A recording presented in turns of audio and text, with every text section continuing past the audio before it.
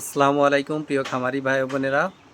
বর্তমানে দিনের তাপমাত্রা অনেক বেশি, তো সেক্ষেত্রে হচ্ছে আপনারা আপনাদের মুরগিদেরকে দুপুর টাইমটাতে অন্তত স্যালাইন এবং সি দেওয়ার চেষ্টা করবেন।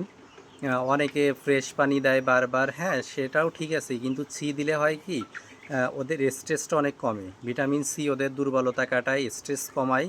এই জন্য আপনারা, সি তো বেশি লাগে না, আপনার হচ্ছে ফ্রেশ পানির ভিতর আপনার 5 লিটার পানিতে 1 গ্রাম সি দিলে যথেষ্ট। সেক্ষেত্রে 6 লিটার 7 লিটারেও দিতে পারেন আপনারা। তো 5 লিটারে 1 গ্রাম দিলে আমি মনে করি সেটাই সবচেয়ে বেস্ট হয়। তো সেই 1 গ্রাম, মানে 1 গ্রাম সি 5 লিটার পানিতে দিলে বেশি পরিমাণ তো লাগে না, একটু তো খরচ করতে হবে। অনেকে বলে যে এত খরচ করবো, ডিমের দাম কম, এটা সেটা। কিন্তু ভাই, আপনার হচ্ছে আগে মানে ব্যবসায়ী হয়ে ওঠার আগে খামারি হয়ে উঠতে হবে, এদের প্রতি ভালোবাসা থাকতে হবে।